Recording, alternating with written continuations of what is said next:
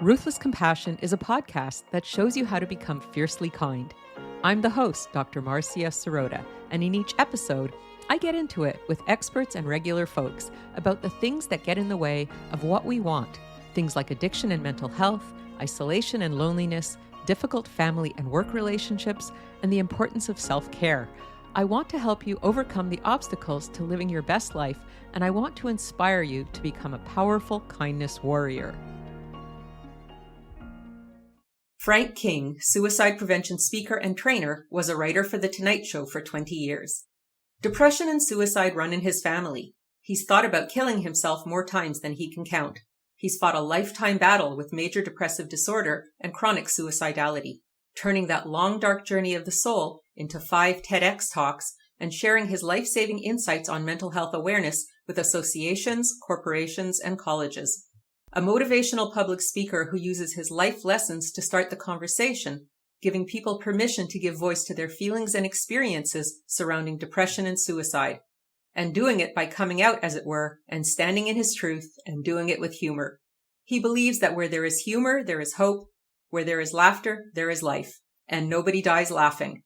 The right person at the right time with the right information can save a life. Welcome, Frank King, to the Ruthless Compassion podcast. I'm delighted to be here, and I'm feeling a little ruthless this morning, to tell you the truth. This is good. This is good. You're right on brand here. I was just wondering, because your title seems a little bit like an oxymoron, but I'm sure you'll explain it to us. What is a mental health comedian, and what do you do? Well, I get that question a lot. That usually is the elephant in the room, and when I do a keynote, I often start with, begin with that, because having done a radio talk show, it's always good to answer the question that's in the listener's mind right away and put that to bed.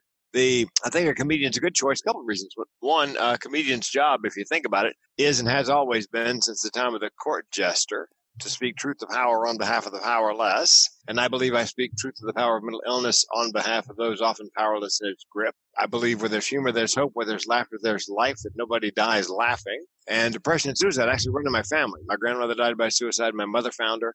My great aunt died by suicide. My mother and I found her. I was 4 years old. I'll spare you the details. It's in my first TED Talk if you want to know. And I myself have come close enough to dying by suicide April 2010 that I can tell you what the barrel of my gun tastes like.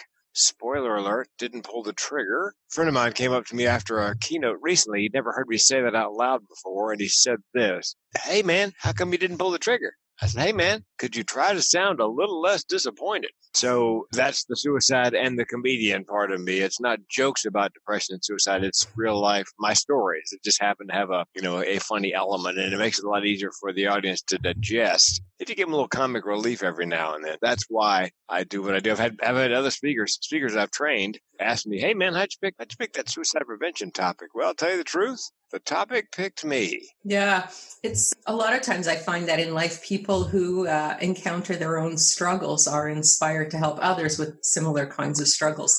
Yeah, it's my purpose and my passion. And I was a comedian. Started comedy decades ago, Christmas of '85. My lovely wife, now girlfriend then, wife now, and I were living in San Diego. I had booked, it was 10 weeks of comedy club work, which I thought was, forever. And I said to her, "Look, I'm going on the road to be a professional stand-up comedian. Do you want to come along?" And she inexplicably said yes. And so we put everything into storage we couldn't fit into my tiny Dodge Colt and gave up our apartment, our jobs, and went on the road. And we were on the road without a home, just comedy club to comedy club for 2,629 nights in a row, nonstop. That's a long time. 7 years and change. I'll do the math for you. And it was an amazing time to be in comedy. We not only worked with, but back in the day, rather than get hotel rooms for comedians, the comedy clubs would either buy or rent a condo, 3-bedroom condo. They called it the comedy condo. And they'd have a cleaning service come in once a week after the comics left and, get it ready for the next group. So I not only worked with, but lived with Dennis Miller and Jeff Foxworthy and Ellen DeGeneres and Rosie O'Donnell and Kevin Nealon and Kevin James and Ron White, and back when they were just regular comics working the road. So it was an amazing time. All that time, though, having started my business career after college in insurance, I'd seen a goodly number of motivational speakers, and I thought, I could do that. I could do that motivational speaking thing or that speaking thing if I just had something to teach somebody. And for decades, I couldn't figure out what I had that anybody wanted to hear in the way of learning objectives. And then when I came close to dying by suicide and began to think about my family history, I read a book by a woman named Judy Carter. She wrote the Comedy Bible, which is a bestseller all over the world. She wrote a book called The Message of You, Turning Your Life into a Money-Making Speaking Career. About halfway through, I realized I do have something to talk about. So I used her book to put my first TEDx together. Bought another book called Talk Like TED, the 9 things that go in every great TED Talk. So I took the version that I'd written with Judy's book, and then I put all those 9 things into it using the TED book. And I applied to a TEDx committee in Vancouver, British Columbia, my first shot, and they said, yes, come on up. So that was where I did my first TEDx, and that's where I came out as depressed at 52 years old. My wife didn't know, my family didn't know, my friends didn't know. I never told anybody that I was depressed and having thoughts of suicide. And when I say thoughts of suicide, I have a condition called chronic suicidality or chronic suicidal ideation, which means for me and people in my tribe, the option of suicide is always on the menu as a solution for problems large and small. And when I say small, a couple of years ago, my car broke down. I had 3 thoughts unbidden. 1, get it fixed. 2, buy a new. And 3, I could just kill myself.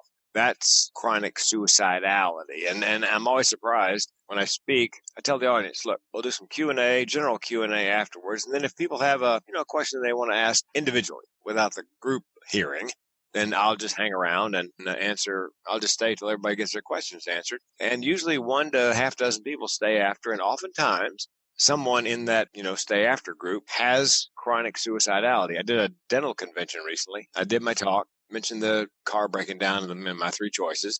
And as everybody else is filing out of the room, there's a woman coming toward me, a dentist. And I notice she's crying. And when she gets to me, she's crying so hard she cannot speak. And so I took a chance and I said, you've got chronic suicidality. She nods her head. I said, you didn't know it had a name. Nod. You just thought you were some kind of freak. Another nod. I said, I bet you've been driving along freeway, see a bridge abutment up ahead, and you thought to yourself, if I turn my wheel just a little to the right, I could slam into that bridge abutment. That would be that. She nods again. That's a classic symptom, by the way. And I said, do you have a therapist back home? Nod. Well, do me a favor. When you get home, contact your therapist, set up an appointment. Tell them everything you learned today with this codicil. Tell them you Googled it. Don't tell them you learned it from a comedian. And she nods. And a week later, I got an email from her. It said, Frank, I think I was at that convention simply to meet you. You have changed my life, and I can't say that about a lot of people. So that's beyond a paycheck. That's the ROI. Maybe taking these people, just far enough off that path to suicide, they'll live a normal length life. And at some point, I realized, you know what? I am sort of like George Bailey in the movie It's a Wonderful Life. I have been shown, by an angel, perhaps the one that kept me from pulling the trigger, what other people's lives would be like if I weren't around to speak and sort of enlighten them that they're not alone. They're not a freak. There are other people just like them and take them off that path to suicide. So now the upshot of that is I can't kill myself because if I did, I would take all those people with me. That's an interesting point. Yeah, it's one that people go, George Bailey, oh my God. That's well, and the comedian in me kicked in at that point when I was thinking about that. And I thought, yes, and what would happen is those people who I didn't get to speak for, who end up ending their lives, probably chased me through eternity screaming, you couldn't wait a week. So that's the comic part of me. Well, it's funny, but I've been doing a lot of talking and writing about empathy lately. And I think that having to take responsibility for someone or something other than yourself actually is a good thing for you. I think it's good for your mental health to not be so self-focused. I think sometimes when we're so self-focused in our depression, our anxiety, our psychosis, whatever, our suicidality, it's harder to get better because we just get into this spiral. And having, for example, with you, having other people who you feel responsible for helps you feel better about everything. Oh, yes. I'm actually working with a gentleman ghostwriting a book on empathy. We're friends, have been for quite some time. He's a speaker, and we both have the same sort of empathetic nature. My mother was very much that way. I've got a speech, actually, a networking speech called WWDD, What Would Dixie Do? Because that's my mom's name. And she was, I guess they would call it networking nowadays, but people would call all times, day or night, ask her to help. And she would always say, I can hear her saying it right now, I'll see what I can do. And she helped a great number of people with no expectation of return. She just felt their pain, and she felt like she could do something. And so she reached out and tried to do whatever it was. And oftentimes she pulls it off. And that's kind of how I'm wired. And the gentleman for whom I'm ghostwriting the book, he's wired as well. And I guess there's a movement in business. I saw articles by 9 business writers on how empathy is coming back into business, into the corporate world, into customer service, putting yourself in the shoes of the person on the other end of the phone, and doing your best to make them a project and help them, start to finish. And yeah, I enjoy speaking. I enjoy comedy, but nothing makes my heart sing like helping somebody get something they need, oftentimes from somebody who has it, willing to give it. So yeah, I'm right there with you on empathy. And, as you're talking, and I'm thinking of your family, it sounds like, your family members and yourself, you're all very sensitive. And, that being sensitive seems to be a double-edged sword, right? Like on the one hand, you're moved to empathy. On the other hand, you feel everything so acutely that it can be overwhelming. How do people, or how do you deal with being such a sensitive person in this crazy world? Yeah, well, I'm actually writing and pitching another TEDx called Depressive Realism, because I believe people like me and my family and my friend who also lives with depression, I think you're right. We feel things more deeply, things that other people are going through more deeply than the average neuronormal human. And depressive realism is the idea that perhaps the glass really is half empty. Perhaps people who are depressed are seeing the world as it actually is, or closer to the way it actually is, than neuronormal people who have on perhaps, the rose-tinted glasses, and they're seeing it kind of as they wish it would be. And they did an experiment. They gave normal people, neuronormal, and depressed people a task. It didn't tell them how to do it, just said do it.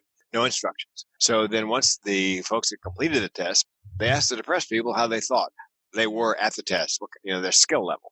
And they asked the neuronormal people about their skill level. And it turns out the depressed people were far more accurate in their assessment of how good or bad they were at the task than the neuronormal people, because the neuronormal people had what they call a positive cognitive bias. So I think that's something that people who are, with mental illness often suffer, is they feel things that other people are feeling more deeply than just the average neurotypical human does, if that makes sense. Absolutely. So what do people like that do, right? How do you handle being so sensitive / realistic in this crazy world that we're living in? Like, what kind of coping strategies would you recommend? Well, going back to networking and my mother, I take great joy in helping people. My friend calls it aid without asking. In other words, doing something for someone that they didn't know could be done and they weren't aware you could do, and you do it simply because you know you can do it. Does that make sense? In other words, he sees a situation where somebody has an issue. They didn't ask for help, but he knows in his heart he can fix it. So he will go ahead and attempt that. And he takes great joy in when he's able to pull that off. So I think it goes back to my networking keynote, which is you give value first. In other words, when you meet someone, you think about what you can do for them, not what they can do for you. You sort of take stock of where they are and what they need, and they may tell you or they may not. And then you do that empathetic deed, and importantly, with no expectation of return. You're just doing it because you can do it and they need it. I find that very therapeutic. I've got a friend I worked with at a radio company. We started at the same time. We ended up getting fired at the same time. And, radio, two kinds of people who've been fired, people who are going to be fired. And I think he just got the third job. The first two jobs he got because I initiated the contact with the employer. The third one, the employer called me asking for a referral. So I've had a hand in getting him his last three jobs, and that nothing makes me happier. Nothing is more therapeutic than being able to pull something like that off, to help somebody like that, to lighten their load through the cosmos. And I think that's a very universal thing. I think that, in fact, if you look at all these studies, they show that we are much happier and more content with our lives when we are kind and generous. And we're much more unhappy and discontent when we are selfish and self-involved, correct? Yes, and I saw a study, and I wish I could tell you where, that said an act of kindness like that is more therapeutic, or it makes you feel better a long run than giving money for something like that, where you actually, you see it through, whether there's money involved or not. I think I read that in a book on, maybe Dr. Sapolsky's book on stress, which is Why Zebras Don't Get Ulcers. That's one of the things that reduces stress, is by giving of yourself, getting out of yourself, giving of yourself, and helping someone else. And, of course, the other way that people can make themselves feel good, if they're sensitive people in this crazy world, of course, is laughter, right? Which is where you come in, yeah, right? I was kind of waiting for you to say that. Oh, I see. Oh, yeah. Make them laugh. Yeah, yeah. I'm sorry I overlooked that. Yes, the heart of every joke, they say, is some sort of pain. And there's an old saw about, comedy is tragedy plus time.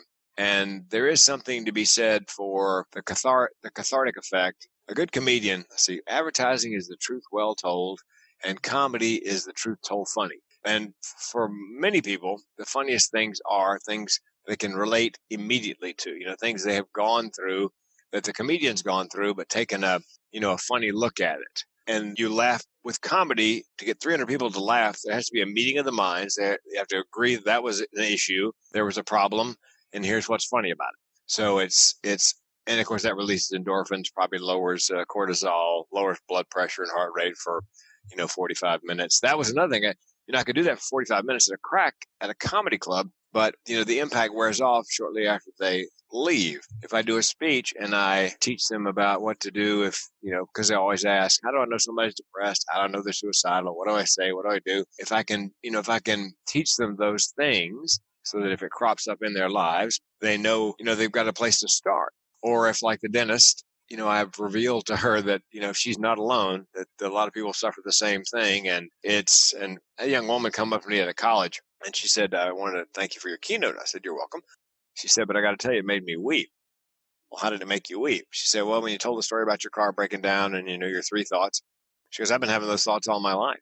I thought I was some kind of freak. I thought I was alone. And when I heard you say that out loud, I realized for the first time in my life, I am not alone, and I wept. I mean, to have that kind of impact, there's laughs along the way, but that's a lasting impact that could, again, change the course of her life.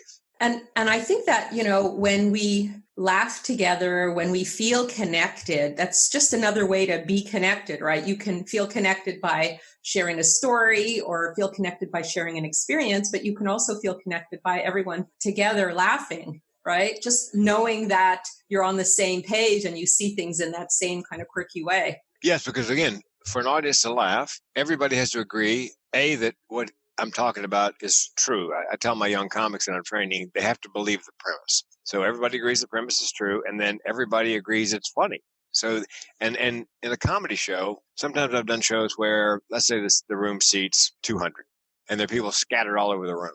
And what I do before I start is, okay, look, everybody come down. Everybody sit in the middle section, first 2 rows. You don't sit in the front row, but middle section, front 2 rows. Because comedy is an elbow-to-elbow, butt-cheek-to-butt-cheek business. There needs to be a physical proximity element to it as well. I don't care how many people are there. If I can get them all sit down front in a little cluster so they're close to one another physically, then it's much easier to connect them by way of the comedy. Does that make sense? Absolutely. Yeah, they're kind of rubbing elbows and laughing, and so comedy's a bit of an art and a science in that way. People always say to me, I opened up for Randy Travis once. It was a outdoor festival in Michigan, I think. 2 nights, Friday and Saturday, 5,000 people per night. And people go, oh my God, how could you do that in front of 5,000 people? I'd much rather do it in front of 5,000 than 5. Because with 5,000 people, if you can get 3,000 to laugh, nobody notices the 2 that aren't. It's because you got 3,000 people that all agree. That's funny. It's funny, I run therapy groups and we're always cracking jokes. And the therapy groups are filled by people who have quite a lot of childhood trauma, and a lot of them have poverty and chronic mental health issues, but we laugh a lot. And, if you were looking in from the outside, you might think that we have a bit of black humor, but I do find that the laughter really helps. It bonds the group. It just takes people out of themselves, and it just makes people feel optimistic. Well, let me take that one step further for you, or farther. I can never remember. Farther. My mom was an English teacher, so I got to be very careful about my language. She'll come back and haunt me. I get the feeling you're Canadian just by your house and your about. And it's yes, guilty as charged. I work on the cruise ships. I do 12 weeks a year on Holland America, and people all over the world, and lots of Canadians. Anyway, this gentleman, Canadian, his name is David Grenier. He lives in Vancouver, British Columbia, and he lives with depression. And he started a thing called StandUpForMentalHealth.com. And what it is it's classes, comedy classes, stand-up classes for people with a diagnosis. You have to have a diagnosis, taught by somebody with a diagnosis. And what we do is we teach people with mental illness how to write and perform stand-up comedy based on their experience as living with mental illness. And then at the end of the 12 weeks, there's a show for the public, their friends and family, and the public is invited. And the premise besides, helping these people live a dream of being on stage and being funny, is to show people in the general public, people who are neuronormal, what mental illness actually looks like. Because everybody has kind of an idea of what mental illness looks like in their own head. But when you see somebody up on stage, which, by the way, for a lot of people is terrifying, talking about their mental illness, which you can imagine you're on stage now, you're bearing your soul. It changes perceptions, which can change prejudices. I'm guessing reduce stigma and bullying. And I got to tell you, my mentally ill students were the best comedy writers I have ever come across. The stuff that came out of their mouths without an edit could go right on stage. I had a young woman say to me, I said, what do you got, Trish? She goes, well, my boyfriend wants to break up with me. He said he wants to break up with me. And I said, well, why did he say he wants to break up with you? Well, he said he wants to see other people. I said, so what did you say? She said, I'm bipolar. Give me a minute. Is just like master's level comedy writing. There's not a syllable in there that doesn't move the narrative forward. And she could go right on stage and do that. And I'm not sure whether it's because people with mental illness are often quite self-reflective, or because they're shining a light into the darkest corners of their psyche, or a combination of the two. It was an amazing class to teach because it's part peer counseling, because everybody's got a diagnosis, so they don't hold back anything that would terrify normal people, and a comedy class. And I can teach neuronormal people to write comedy, to do stand-up, stand up and deliver the comedy. What I cannot teach is what that young woman possesses, which is the way she sees the world and processes that information, where the product of it comes out of her mouth, ready to go prime time. That. And I did a TED Talk called Mental with Benefits, because everybody I met who had a mental illness, who wasn't completely dysfunctional, they all seemed to have some kind of superpower, whether it was artistic or funny or, or they're mathematical or whatever. And I thought, this cannot be a coincidence. And I believe my imagination, my comedic ability is just all wrapped up in the wiring for my major depressive disorder and chronic suicidality. Right. It's like what we talked about, that sensitivity, right? That sensitivity makes you prone to depression and suicidal thoughts, but it also makes you very open and creative. Yes, and it impacts the way I process information. I'll give you an example. I was on a Delta flight. I don't know if you've ever flown Delta, but it was out of Atlanta, so most of the flight attendants very Southern.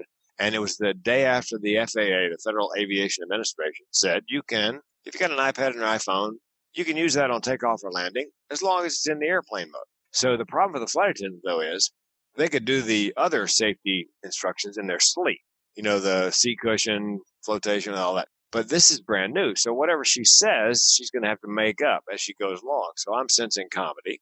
And so I'm waiting, and she covers, seat cushion, four-path lighting, oxygen mask. She gets to the part where I know she's got to tell us about the new FAA regulation and iPhone. And there's a long pause, and she goes, ladies and gentlemen, due to new FAA regulation. Another long pause. You can almost hear her thinking. Then she gets inspired. She goes, due to new FAA regulation, if you have small equipment, you can continue playing with it. Well, yeah, exactly. I'm doubled over in my seat. Nobody else in the plane is laughing. My seatmate's looking at me like I've lost my mind. And he goes, what? And I go, let's review. Well, before I can review, she comes back on and she goes, if you have large equipment, you're going to have to shove that under the seat in front of you. So I'm down on my knees. I can teach you to stand up, but I cannot teach you to process like that. And you know what?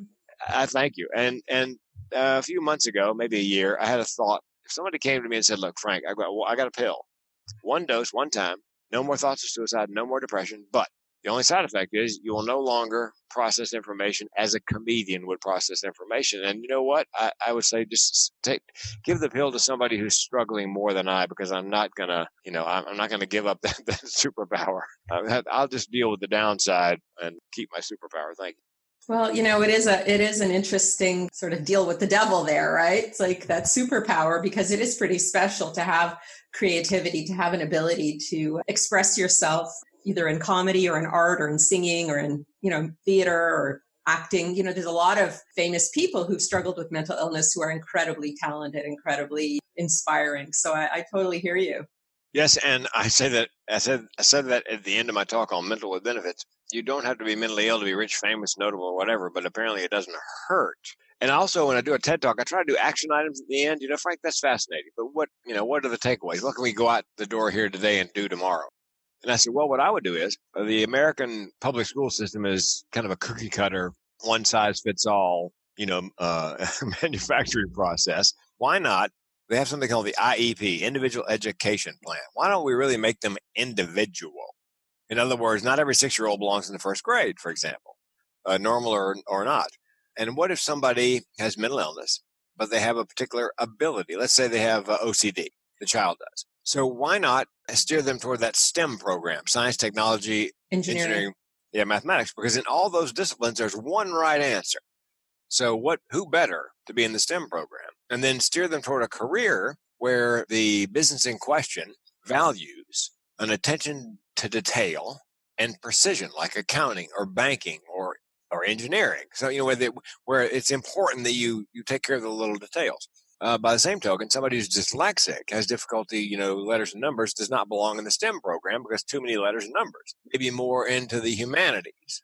I had a friend of mine who taught music instruments at a high school, and he had kids who were ADD, ADHD. And he said they were some of the most talented children that I taught. Problem was, get them to sit still for 50, that's 50 minutes, and practice their scales. So just on a whim, he bought an egg timer, and he would set the timer for 10 minutes. He would tell the kid with ADD, look, practice your scale for 10 minutes. When the egg timer goes off, we'll do something different. 10 minutes, ding. Okay, now let's practice our breathing for 10 minutes. Ding. Now let's practice that piece you're going to be doing at the concert on Saturday for 10 minutes. Ding. The child relaxed because they knew they were not strapped in for 50 minutes doing one thing. And he said, when I made them do one thing for 50 minutes, they got better during the first 10 minutes. The next 40 were just a waste of time. When I gave it to them in 10-minute bites, they got better and better and better and better because it was designed for the way that they learn. Does that make sense? Yeah, what you're really saying is that we're all unique and we have to be taught based on our own unique attributes, our gifts, our strengths, and then also our challenges. Yes, teach them a curriculum makes sense for their challenges and also in a way that they are comfortable learning, and then steer them on a career path where when they pop out of the school system, that the company they go to work for values. Google is now hiring people on the autism spectrum, because they have a lot of, there's some of them have an amazing focus in this or that, and they're being rewarded for it rather than being, ostracized or stigmatized for it. It's like Sheldon on The Big Bang Theory, who won the Nobel Prize, right, on the show. Yes, exactly. And there's an author that I work with named Tim Sanders who wrote Love is the Killer App. And he is very much like Sheldon. I think the personality, maybe he's got maybe some of his wiring is like that character. Fascinating. I could sit and listen to him, speak forever. But because he is who he is, he contacted me and said, look, Frank, I've got an hour-long keynote. I have 3 jokes.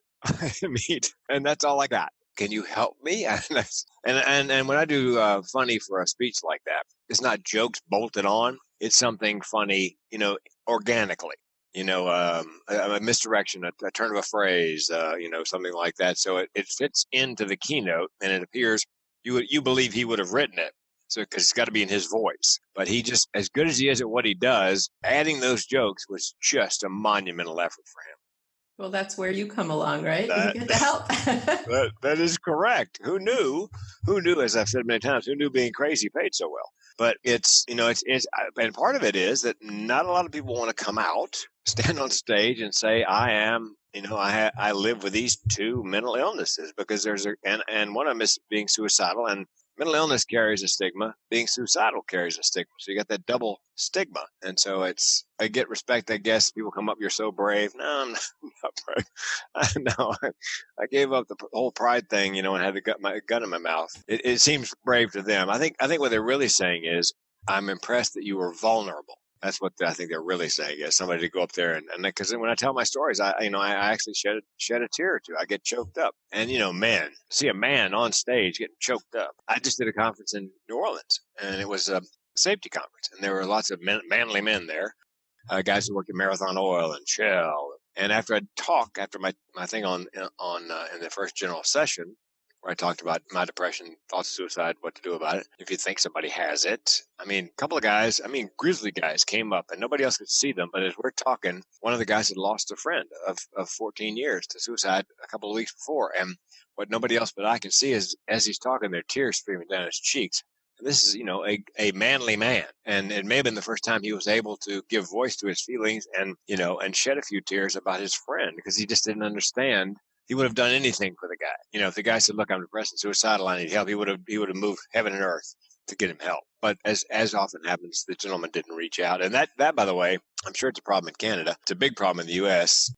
8 out of 10 people who die by suicide in the U.S. are men, age 45, 54. And a big reason is they're taught from childhood, big boys don't cry. And so they tend not to reach out to get help until it's too late. And then that's why I'm working very hard. We're working on a book, a men's mental health book, an anthology, men's stories where they talk about, when things were good, great, when things got bad, and then how they're coping. The last 500 words is all about how they're coping in hopes that men would read it, see their issue, see how another guy was coping with it, and then perhaps take the advice. I think it's really important that we are able to be vulnerable and we're able to let go of our shame about whatever issues that we're confronting, whether it's mental illness or our gender identity or, whatever is going on inside us. Because I think when we hold on to it and we're filled with shame and we can't let ourselves be vulnerable, that's when we end up in trouble, right? Yes, and I'm going to write a book here. I'm going to start writing a book. I've got a title and a subtitle, so I'm on my way. Title is Life in the Exit Row, because I have chronic suicidality. Subtitle is Starting the Conversation on Suicide, because that's what people hire me for. That's the line I get from almost everybody who books me. We want somebody to come in here and start the conversation on suicide, because what I've discovered is, even though people don't talk about it, if you mention the words depression and suicide out loud, people tell you the most amazing things. Sometimes people who I've just met. Do you have time for a story? My favorite one. Absolutely. One quick story before we go, for sure. Okay. I'm working a cruise boat. I can't find a seat for breakfast. I look, there's a woman at a table for two, empty seat. I point, she nods, I sit. She looks up, she goes, hey, are you the comedian? I go, hey, did you enjoy the comedy show? She goes, I did. I said, then I'm the comedian. She laughed. She goes, what would you say if I told you I hated it? They tell me I look a lot like him. She asked if I did comedy. That was all I did. I said, I'm a public speaker. I just nailed down my first TED Talk. She said, love the TED Talk. What's the topic? Well, Marcia, I'd had this conversation many times, so I believed I knew what was coming. So I said to her, depression and suicide, started to count down in my head. 3, 2, 1. She goes, I tried to kill myself twice. We have just met. She goes, first time in college, not so serious. Second time, far more serious. She said, Frank, I'd graduated college, graduated medical school, had the knowledge, had the equipment. She said, I had the IV started in my ankle. Suicide cocktail in one hand, syringe in the other. Getting ready to load it up. Phone rings. Conflict. I pick it up. She decides she better, because it might be somebody who would worry, come over and interrupt. Picks it up, 13-year-old son. She goes, I don't know if he heard something in my voice or had a premonition, but he said, Mom, don't do anything. So she said, I didn't give up on the idea of suicide, but I was not going to do it that day because I knew he'd always feel guilty. Wasn't there something he could say or do to stop me? And by the way, there are things you can say, there are things you can do, and 8 out of 10 people want you to do that. I said, well, how old is he now? She said, he's 21. I said, does he know his phone call saved your life? And this began my speaking career, by the way. She goes, no, how do you start that conversation? I thought you'd do a TED Talk and make that the name of your book. That's how you do that. Wow. Yeah. It's very, very moving story. Yeah. Well, it repeats itself. All you have to do is mention everybody. It seems like everybody has a story, a friend, a loved one, a thought of suicide. But again, no one talks about it until you start the conversation. So that's what I get. That's what I get hired to do, simply. Yeah, I'm really glad we were able to have this conversation today about it, because I think it is such an important topic. And I think that being able to bring humor to, a very difficult, challenging topic makes it easier for everybody to have the conversation. Yes. And I've had people tell me, after you spoke, Frank, at lunch, spoke in the morning, they told me at lunch, that was all anybody talked about. And they were sharing stories that they probably would have never shared had you not started the conversation. Well, how can people find you if they're looking to see what you're up to these days? My brand is The Mental Health Comedian. If you type in thementalhealthcomedian.com, will take you to the website. But if you type those words in, The Mental Health Comedian, you'll find my Facebook, my Instagram, my LinkedIn, all that stuff. And I'll be happy to give you my phone number, Marcia, because what I tell people is, if you're suicidal, call the Prevention Lifeline. If you're mentally ill and just having a really bad day, call a crazy person, because we're less likely to be judgmental. We're not going to tell you what you should be doing. We're just going to listen, which is what I tell normal people when they say, well, my friend's depressed. What should I tell them? Don't tell them anything. Just listen. So I'll be happy to give you my cell phone number, which you can put in the show notes. And it's amazing because people will call me and I'll pick up the phone. They go, oh my God, that really is your cell number. Why would I joke about that? And just to wrap up, I would love to hear from you a call to action for the listeners. I know you've given quite a few already, but maybe something just to end with. Yes, and this is a very important one. If you suspect somebody is depressed or they tell you they are depressed, what you have to do, and if you can't do this, find somebody who can. You have to say to them, are you having thoughts of suicide? Just like that. And there's an old wives' tale or urban legend now, I guess, that you should never mention the S word in front of somebody who's depressed, because I love this. It'll give them the idea. But yeah, if you believe they're depressed, then, and here's another item. If it pops into your head, I believe Bob is depressed and I think he may be suicidal. Go with your intuition. Something has happened, whether you realize it or not, some input that made your brain toss that thought back up to you. So always go with your intuition. And if they say they're suicidal, here it goes like this. Do you have a plan? Yes. What is your plan? If their plan is detailed, then you need to get them on the phone with the Suicide Prevention Lifeline, or there's a text line nowadays for younger people because they're more forthcoming in text. And finally, people ask, when do you dial the cops? If they're in immediate danger to themselves or others, you have to pick up the phone and call the police. Thank you. That's very important. I think it really is worth saying for everyone, because like you said, everyone has an experience, whether it's a friend, a loved one, or even within themselves. So I think this is a universal issue and very important to have that understanding of, what to do with somebody and when to take those next steps. So I really appreciate that. My pleasure. And, maybe Marcia, today, maybe we saved a life. That would be wonderful. That would be really great. Well, listen, Frank, I really appreciate you coming on the show. It was really enjoyable to talk about suicide with you. How's that for an oxymoron? Yeah. Very inspiring. And, I think it's really wonderful what you do, bringing light into the darkness. And I can see that it saved your life. And I'm sure that it has saved quite a number of lives in the process. That's what keeps me around. Well, listen, all the best and keep doing the good work. Thanks, Marsh. That was the inspiring Frank King, and I'm Dr. Marcia Sirota. If you liked this podcast, please review it on iTunes, and you can sign up for my free monthly wellness newsletter at marciasirotamd.com, where you'll also learn about my new online course about how to deal with difficult people.